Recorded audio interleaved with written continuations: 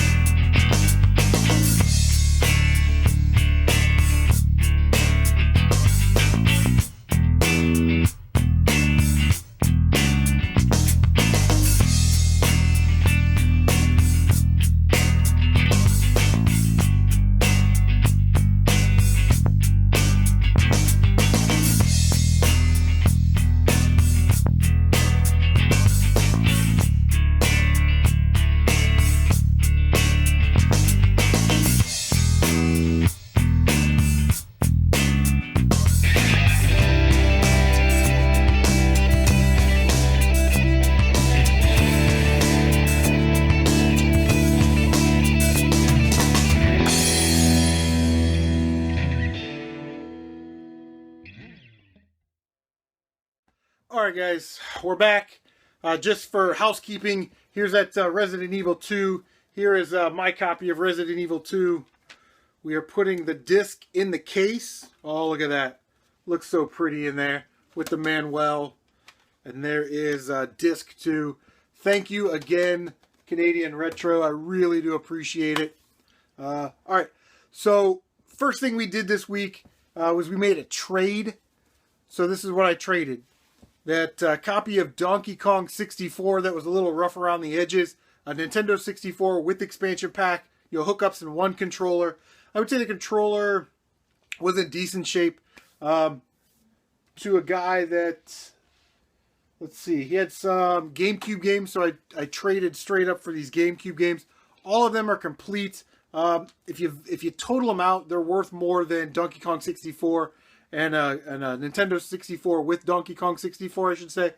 But yeah, we got some okay titles. They're all complete.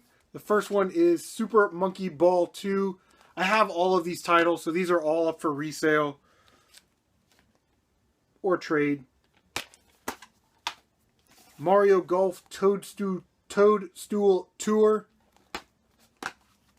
Not only can I not read, but I can't speak either. This is the worst channel of all time, guys. Alright, here we go. Get a little interesting. Animal Crossing. Nice, complete non-player's choice copy. Didn't come with the memory card, and the manual's got a little bend in it. So we'll try and bend that back. That's why, guys, that's why when you see all my manuals of my GameCube games, especially the more expensive ones, I take them and I turn them around like that. So the loose pages don't get caught on these rails right in there. They wreak havoc. Next game is Super Mario Strikers. Nice game to have. It's actually a pretty fun arcadey type soccer game. And the last one, of course, Super Smash Bros. Melee. Black label, but it is a bestseller. Does come with a manual, which is in really good shape. The disc on this is pretty scratched. I don't know if that's going to come through. Probably not. It never does. In nobody's video, they're like, I hope this comes through, and then you see that the disc is scratched as shit. So, I don't know. It's not bad. It still plays, but, yeah, it's a little suspect. Alright. You guys saw in the game hunting footage today, we did find that awesome Konami Classics for the Xbox 360. I really wanted to get that game. It's got Symphony of the Night, the arcade version of Contra on it, which is awesome. But the disc was scratched. It was scratched to hell. The case was beat up, and then the center ring of the disc was all cracked. Looked like there was a chip taken out of it. So I did $5. I didn't want to take a chance. If it was scratched, I would have taken a chance and had it resurfaced. But sometimes you just gotta let that kind of stuff go. We had one thrift store pickup all day today. Got a scratch on my leg. I don't have a PlayStation 4, but like I said, it baffles me that these games are already out at thrift stores. And for this price. $3.99. Picked up Toy Soldiers War Chest, the Hall of Fame edition, which has the downloadable content. And that one is still factory sealed. So, let me tell you something a little bit about this Goodwill.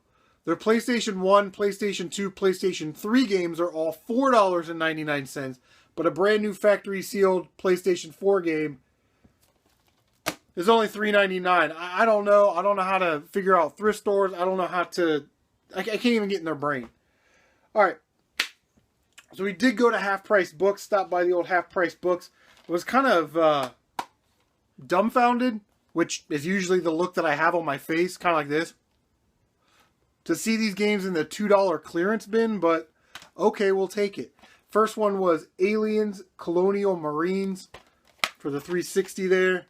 Complete, very nice condition. And again, that was only $2 in clearance. I got this at the first Half Price Books that I went to. The second Half Price Books, they sell that game for like $12.99, so I don't know. We'll never play this title, but Silent Hill Downpour, again, $2 in their clearance bin. If there were more of these, I would have bought them. Unfortunately, it was like these two games.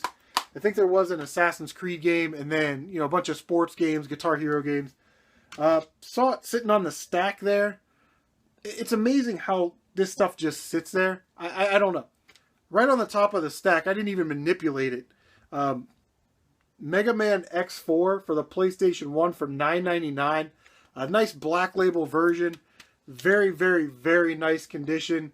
Yeah, $10. Usually like a $20, $25 game. Funny thing about the X series Mega Man, I love my Mega Man games. I really do. Probably my favorite series of all time.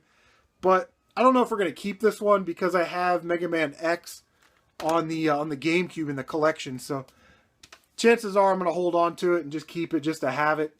But I would totally part with that game if I had to. All right. Nothing else happened at Half Price Books or anything else today. I don't... Oh, yeah. Oh, yeah. There was one other thing that happened. So let's check that out.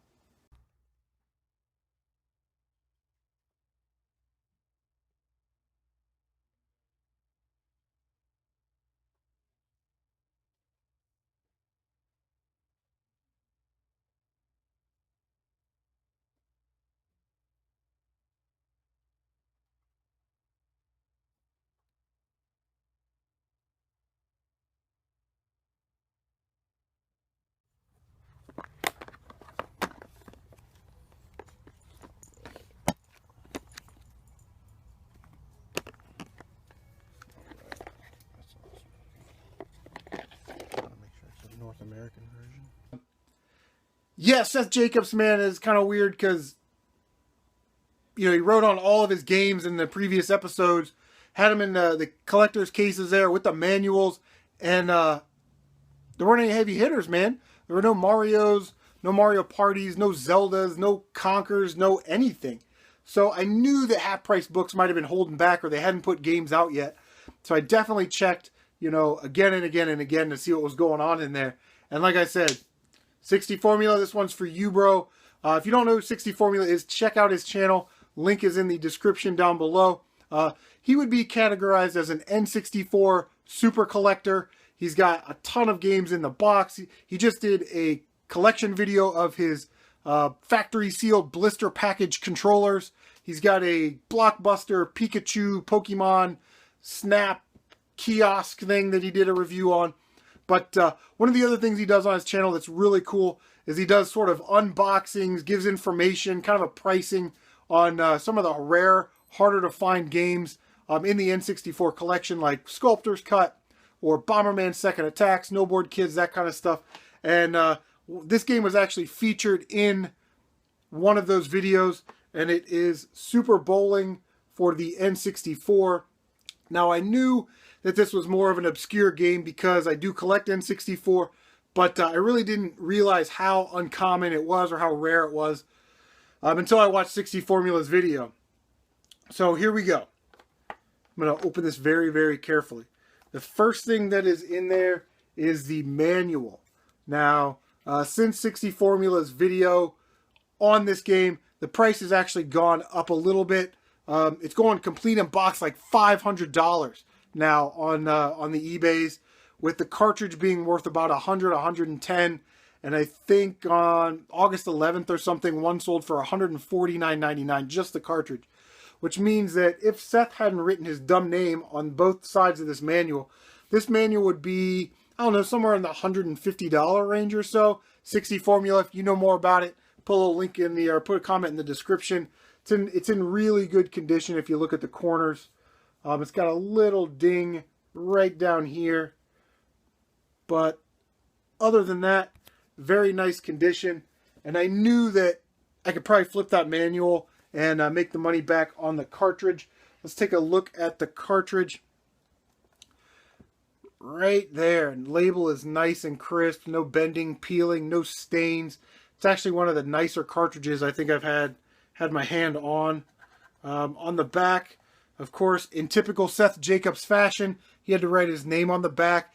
Now, I could swap that out, but with these great cartridges, it's kind of a pain in the ass to find, you know, a cartridge that's the exact same tone or shade. So I think I'm just going to leave it on there. It's not that big of a deal.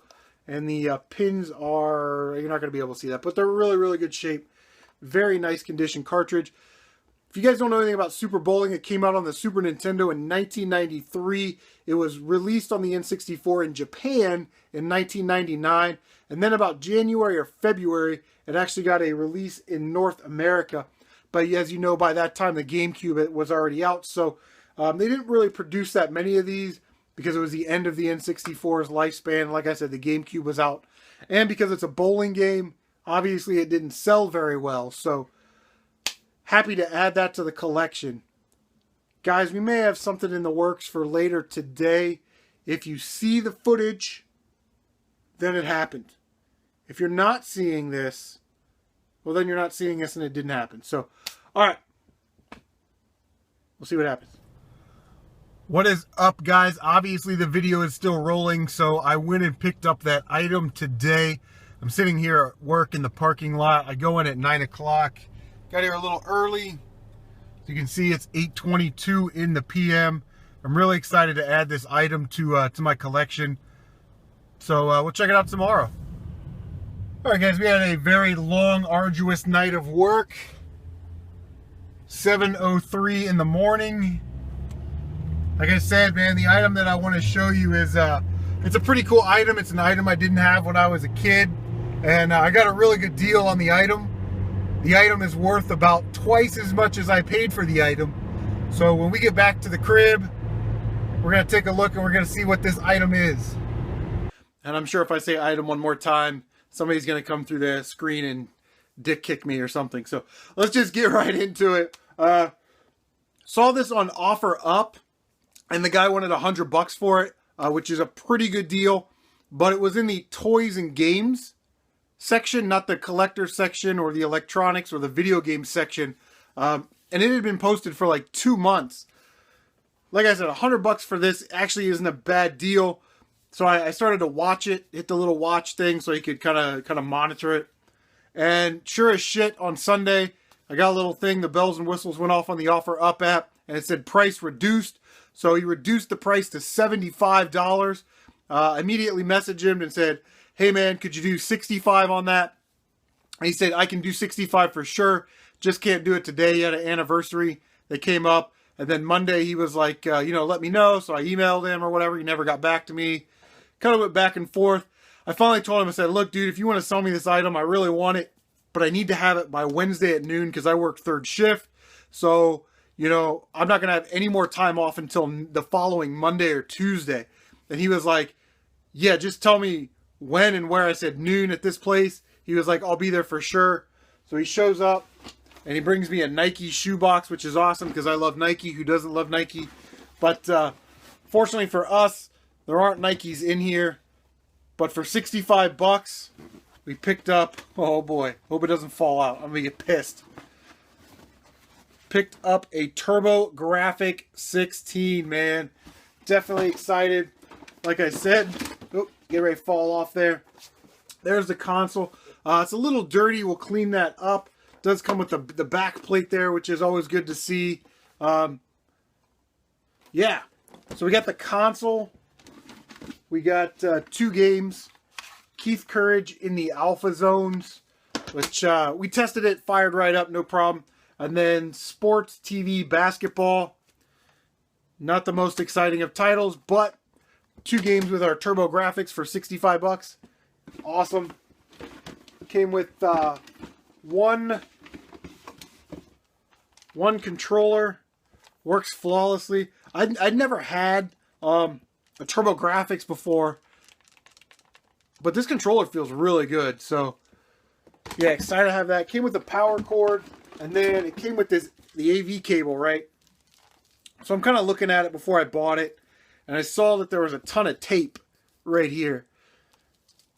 And he says, I got this TurboGrafx for Christmas, and I wanted to have a longer AV cord. So he told me that he spliced this cord, found another piece, another RF switch, or an ARC cable or whatever, and like added some cable in there, then respliced it back together. He swore up and down it worked, but this doesn't work. So if you're ever in that situation, I think I'm going to try and upscale anyway, see if I can get one that's got composite or component, or see what options are out there for that.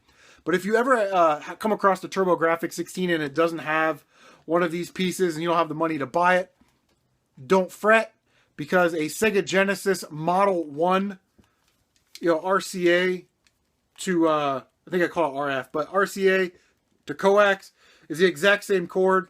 So you can plug your Sega Genesis Model 1 RCA plug in there and then put it into the coax in the back of your TV, and voila, it'll work perfectly.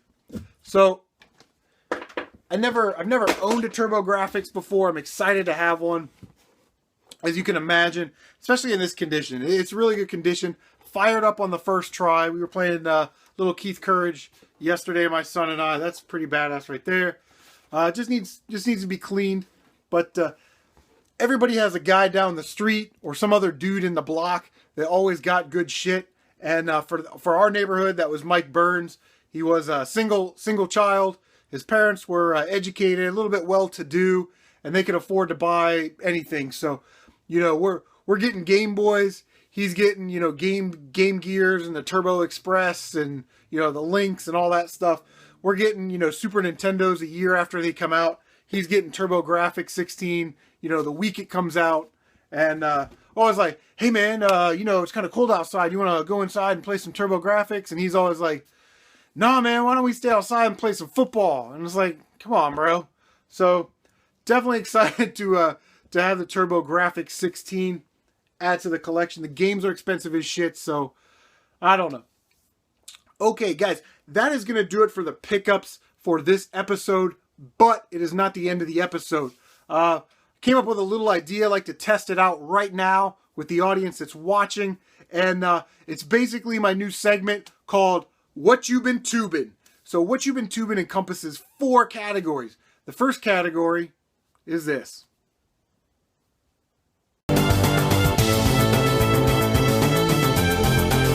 Alright guys, so the first part of What You've Been Tubing this time is a segment called Subscriber Salutes. So these guys subscribe to the channel and I salute you. First one goes out to Canadian Retro, man. Thanks for sending the Resident Evil. Definitely appreciate it. Check out Canadian Retro's channel. Link is in the description. Second subscriber salute goes out to OldSkoolGamer. What is up, bro? You always end up commenting. You're always like one of the first comments on my channel. I know you're up to 47 subs. Hopefully this micro shout out here will put you over the 50 subscriber mark. OldSkoolGamer does like pickup videos. He does, like top 10 consoles, top 5 games, that kind of thing.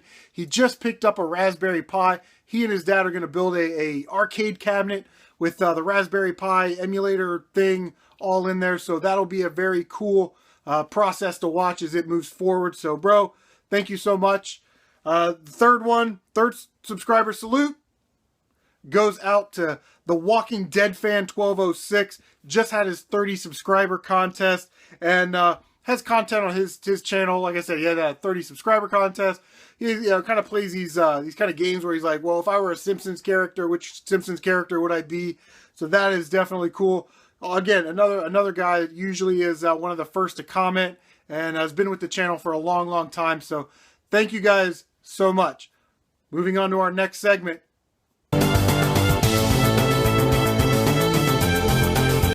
This is a little segment that I call Unsubbed City. Sorry, this person, you are no longer, I subscribe to you. You're no longer in my little subscription thing. And that person is NES Complex. NES Complex, I really enjoyed watching your videos, dude. You haven't posted a video in over a year. I know you did some stuff with Metal Jesus and Retro Liberty. You had some really cool, like, Universal Game Case videos and a lot of cool content, but if you're not going to post a video in over a year, I got to ask you. So, sorry, bro, you're gone.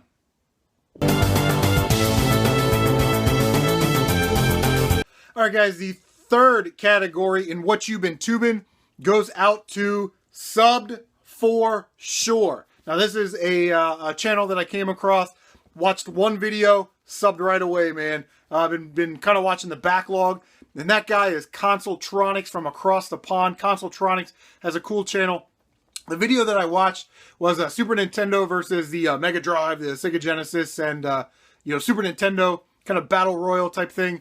where he didn't go sort of hardware spec for hardware spec. He said, who's got the better RPG games? You get a point. Who's got the better shoot 'em up games? That system gets a point. He also does like Q&As, all kinds of content, reviews, 90s cartoon showcase kind of stuff. So definitely check out Consoltronix. He's from across the pond. So if you're in the PAL region, you don't subscribe to this guy, then shame on you. But you should subscribe, and the link is down below. So definitely check that out. All right, guys, the last segment number 4, is called Recommended by a Sub. So I asked one of my subscribers to recommend a channel to me, preferably a smaller channel that maybe doesn't get a lot of push, that, you know, is a great channel that people need to know about. So in this episode, I asked my homie, my Midwest brother in Nintendo 13, to recommend a channel, and he recommended AHamiltonL. I subscribe to their channel. They have 18 subs now. They do pickups, like garage sale pickups, that kind of thing. Sort of looks like a father-son duo, kind of in the same vein as Luigi Freakout 123. So if you like that kind of stuff, definitely check out AHamiltonL. Link in the description. Guys, that is going to do it for the new segment, What You Been Tubing? So let me know what you think about this new segment in the comment section down below. And guys, we're going to see you in the next one.